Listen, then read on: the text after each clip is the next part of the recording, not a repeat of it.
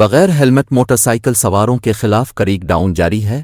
سی T او شہر لاہور کو accident free city بنانے کے لیے پرعزم ہیں۔ C T O captain Mustansir Feroz کا کہنا ہے کہ موٹر سائیکل چلانی ہے تو ہیلمٹ پہننا لازمی ہوگا۔ ہیلمٹ قوانین پر سختی کروانے سے ہیڈ انجری کیسز کی شرح میں واضح کمی آئی ہے۔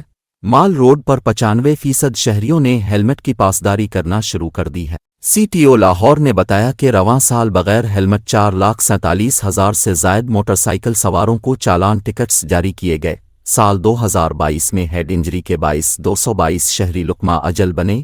ہیلمٹ قوانین پر سختی کروانے سے قیمتی جانوں کو محفوظ بنایا جا سکتا ہے۔ کیپٹن مستنصر فیروز کا مزید کہنا ہے کہ کینال روڈ، مال روڈ، جیل روڈ، مین بلیوارڈ روڈ سمیت اہم روڈز پر لین لائن کی سختی سے پابندی کروائی جا رہی ہے۔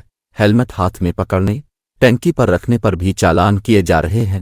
منظم ٹریفک کے حصول کے لیے قوانین کی پاسداری کروانے میں سختی کی جائے گی۔